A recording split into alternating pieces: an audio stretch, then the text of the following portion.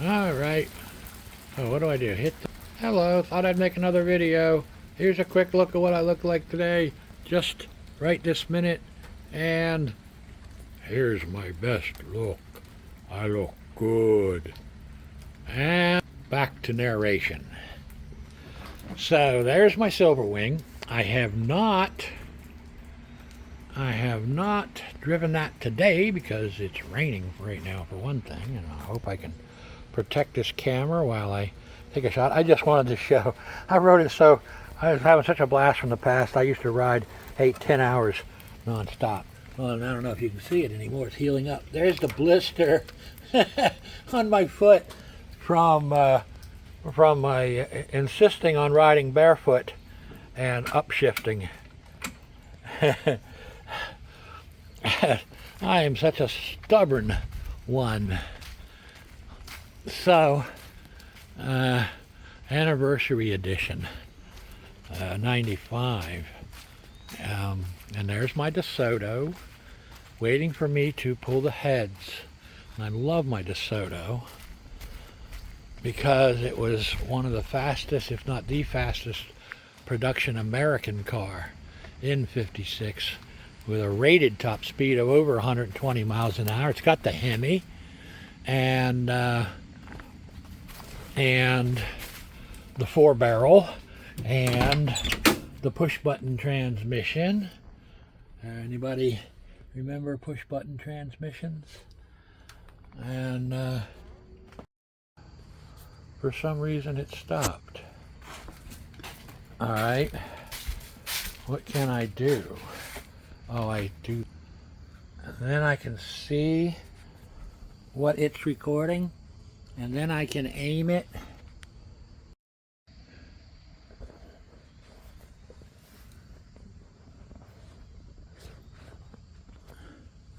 Okay.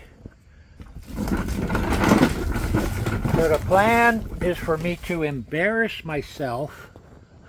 That shouldn't be hard, right?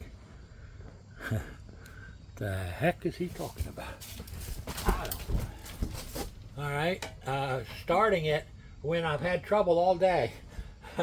Usually it starts right up, but I've had trouble all day. So we can just figure that it's probably not, but let's see, let's not be negative.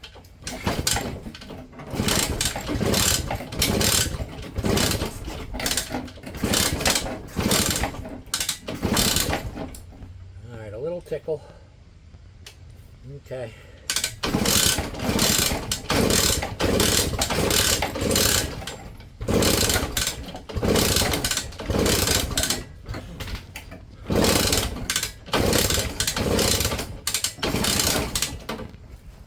Sure enough.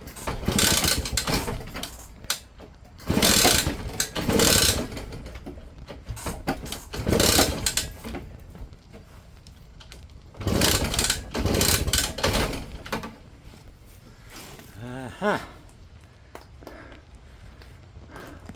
Why me?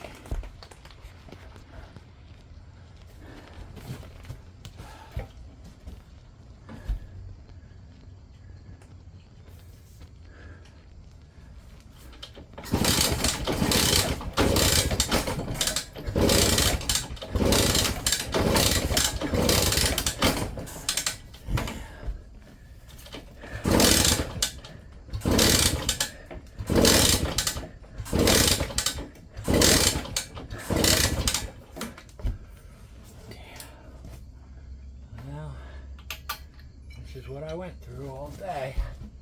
All day. Why won't it give me a break? All day.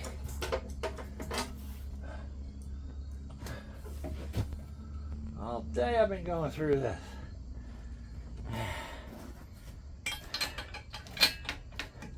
And it usually runs with no issues. And I've been enjoying it for many, many years. I think over 20 years I've been driving this thing. And so for it to act up like this is unusual. It wasn't in the old days I used to have trouble, but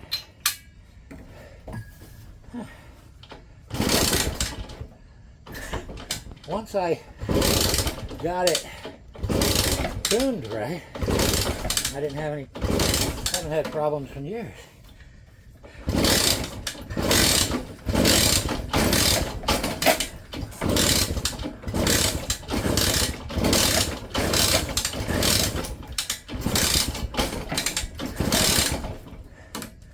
Well, why do I care? I just do. I just do. It's gotta run, man. It's gotta run.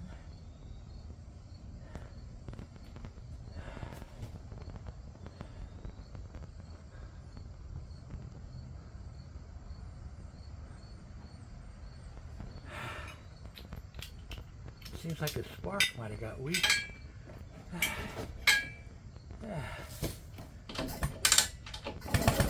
yeah. That's not good. Alright. Does not spark at your lower RPM. So that sucks. So it has to be kicked pretty quickly apparently.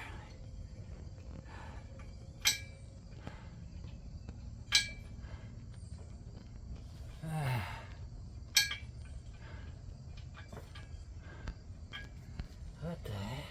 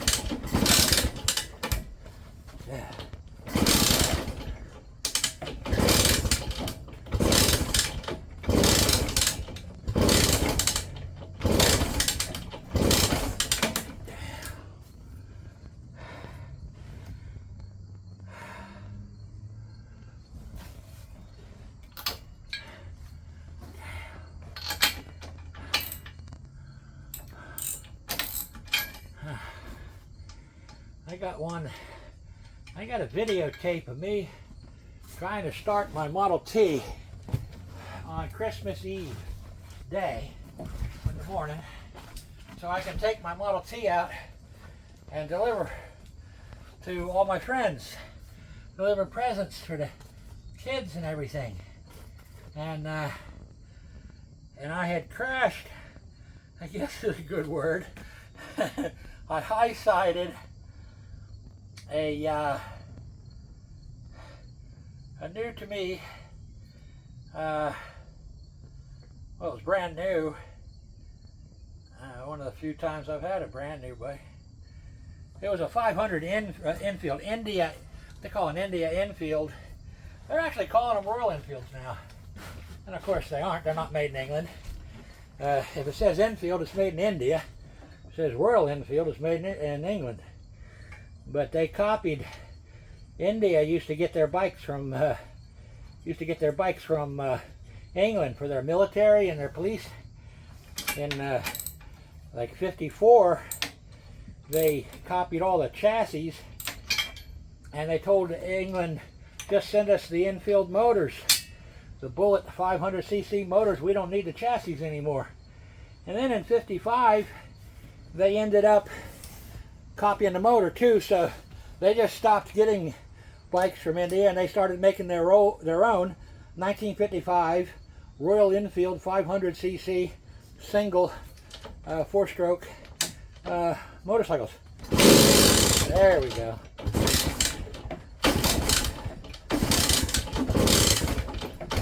How can it give encouragement and then not?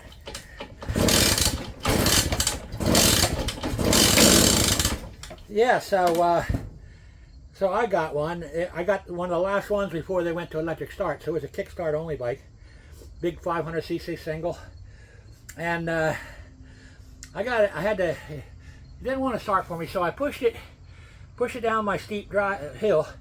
It started up, and when it started, I had to hit the brake because I was going into the fence, and I ended up high siding over the handlebars into the ground on my back, and it knocked the wind out of me big time. And so the next day I got nothing. I'm trying to start this Model T, and I got a video somewhere similar to this one where except I'm not talking except for probably cursing or something. It took me about 2.5 hours to get that darn T started. I tried standing on the crank and everything else. I didn't have the strength. I didn't have I just didn't have it. When I had it jacked up, had the wheel up in the air and everything like it's supposed to. All right, let's see if this will work.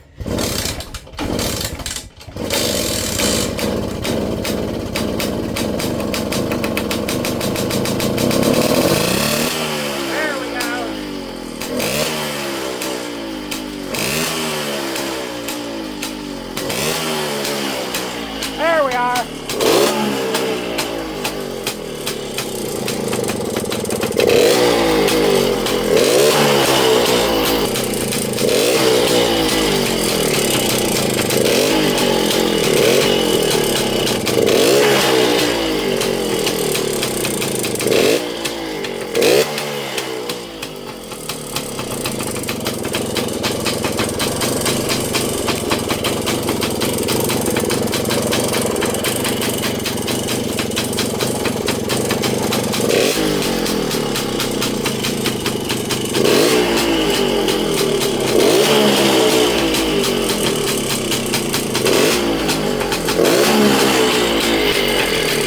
Now it should idle.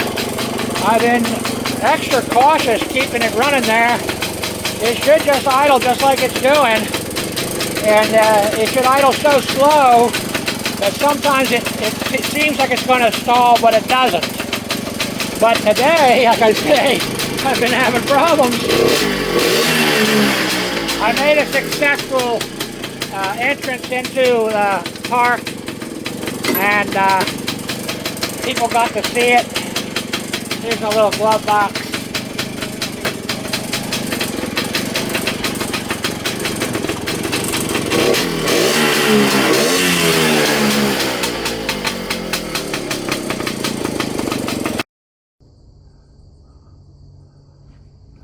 So I don't know where I was before the camera went off.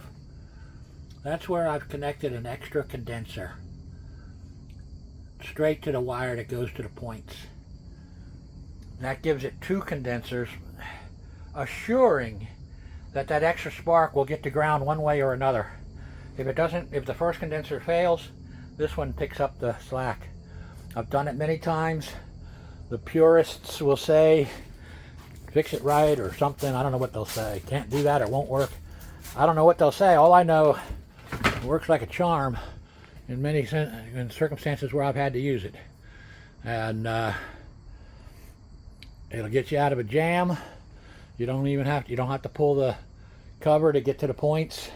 You don't have to get to the condenser. You can just add one, and that will work. You won't believe how nicely that will work for you in a jam. If a condenser fails on you while you're riding, just go find somebody to give you any condenser at all and just wire it to the wire that's going to your points and see if the thing won't start back up and ride you home. Just see if it won't. That's what I say. So here's where I'm stuck right now. All right, so I got the carb done. I got the vacuum pump done. That's down there. Let's see, should I zero in on it? That's the vacuum canister, vacuum fuel pump. And the carb, let's strip the one. Oh, 0.6, I want 1. There. The carb is right there. Where is it? Right there. And the distributor, is it over here waiting to go in, I think. Distributor is completely redone. I have completely redone it. And I put it, and I got both points firing beautifully, perfectly, right in sync on time. I am so excited and ready to drop that in where it has the dual points with, so it's 2 distinct ignition systems. So one can fail completely, the other one will run it. So you got a straight 8 here with 16, count them. Well, you don't have to literally count them, but 16 wires coming off of that cap. So I'm really looking forward. Here's where's the linkage? Here, is that it? Where is it? No, it should be, unless maybe I took that linkage rod off, that arm. Okay, I did. I don't know where I put it right now. Here. Nope. Anyway, the linkage comes in right there, and then comes across from the other side. And then it has a linkage rod that comes up here to the distributor and turns the distributor, which has to work in order for you to start it and run it. You have to be able to advance and retard the timing in order to get it to run right. My problem has been, since I got the car, that's been one of the things that's been broken about it. This gear down here, that runs it, and here's some linkage here. This gear was stripped out, so it's at the bottom of the steering column here. Oh, that's interesting. Well, it's not. I don't have it all together, so that's fine. All right, so it's at the bottom of the steering column here, along with another gear for the carburetor. And then you have your controls up here on the steering column. Well, that was the toughest part. I thought was going to be fixing that stripped out. This was stripped on the shaft. So I fixed this. I got this beautiful. I put a little ball bearing in there. It's beautiful. It will not slip. It's on there. And then I go to demonstrate for myself, and I see that it's working beautifully. It's moving the little thing that it has to move, this gear that it has to move. It's moving it. And right now I see stuff. Oh, I see why. Okay. Yeah, so it's moving that gear, moving the linkage. It's going to work. And then I realize it's slipping up here. So now I got it down there, but this is the one. This is throttle over here, and this is spark here. And then this is the light switch here, which is what that is down there at the end of the column. I still love these old cars. I just love the way they do stuff. Maybe not as much as the fact that what they do, they make repairable, and they make it durable. And once you've got it right, it'll stay that way for a really long time. It really will. And whenever I get these, they're never right. Somebody got them running, somebody restored, whatever. This one has had all new brakes put on it. And the person that did the brakes was obviously a professional. They did a great job, except they put a check valve. They put a check valve in the master cylinder, like you do for modern disc brakes. That's what you do with. That's what modern disc brake master cylinders have, check valves. So that was 20 years ago, and the car hasn't hardly been run since. And I know why, because eventually, every time you put the brakes on, it pumps up tighter until it locks the brakes up. All right, so I fixed that. Luckily, I had a cup the right size for the master cylinder, and I took out that check ball, and I still need to do some more on the bleeding the brakes. I still need to do some more there, but they're working, and and that was a year ago. I got the brakes working, and they're still working, so that's good. With a little bleeding and adjusting, they're going to be fine. It'll drive. It wouldn't before. Now it will, and it'll stop. But now every time I do something, this car keeps throwing me little additionals. So here I fixed what I thought for sure was the one and only problem, and no, not the one and only, because whoever did the last work on this car, and I see that they did electrical work, they left this loose. Look, it's all loose, and I'm going to have to pull. I got to pull this wire and go ahead and get this all apart, figure out what the heck's going on, tighten this stuff up so it won't come loose again. And that's what I do. I service these things back into condition. I will tighten that up so that it will not give a problem again, and then we'll have spark like we're supposed to have. We're going to have the advance and retard, throttle, everything, all the light switch, everything will be fine. But that's as soon as I get around this one. I don't know, yeah, so health issues, okay, whatever. So that's been slowing me up a little bit while I take care of and pay particular attention to how I'm functioning. Yeah, I'm really looking forward to it. Really looking forward to that, because once I get that fixed, then it's distributor in, hooked up, working. It's carburetor in, hooked up, working. It's fuel canister in, hooked up, working. It's start the vehicle up and drive it. And then it's going to be back to bleeding the brakes a little bit better. Make sure it's 100% driving is my first thing. And then I will tend to the broken springs on the rumble seat. The fact that I got to crawl in there and do a whole bunch of vacuuming. The fact that these windows are super stiff. Oh my gosh. Are we kidding? There we go. My gosh. All right, super stiff windows.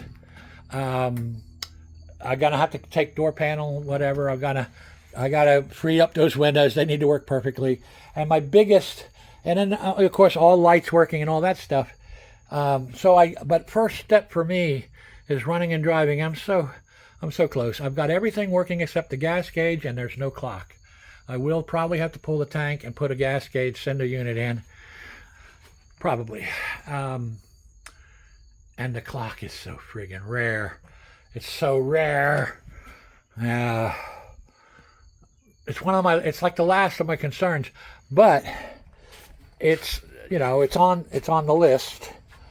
And I've had my eyes out, but I found similar. Eventually, I'm thinking of going to a clock person that specifically, and I could even have them make me a clock that would work. I wanted to show something over here. Oh, this is so cool. But if I turn sideways, the camera won't work right. But this is so cool. This is the cigarette lighter. Get it? All right, here you're driving along. You need your cigarette. All right, so you come over here and you pull this out. Pull this switch out. Now, if it was working, this element that you can clearly see would start glowing red hot. You grab it by your fingers, pull it out on the string here, on the wire. See it? And then you light your cigarette. And it won't go back in because you're keeping the power on. As long as this switch is pulled out, it keeps the power on. But now, push that switch in, and it goes back in. Of course that's going to work, right? It's super, I know with the wire and everything, it's going to be super easy to make it work again. And I could have done that ahead of this making the car run, right? But it's my reward. It's my next step. after getting it running and driving perfectly, that's when I tend to all this little stuff typically. And sometimes a little, you know, like that kind of stuff along the way. Like I've already ordered up a tube for that tire because even though it's a spare, it's flat, and so I'll put a new tube in it. All right, have I talked enough? Orthopedia and 66 Yamaha Catalina 250. All right, and there's my 32 Dodge. That's mine, waiting on me. And then I was going to have some more to say, but I think I've said enough for now, and I keep having trouble with the tape going off, so I'll stop right here. Those are the tires for the Dodge out there. I'm just waiting to go on. All right.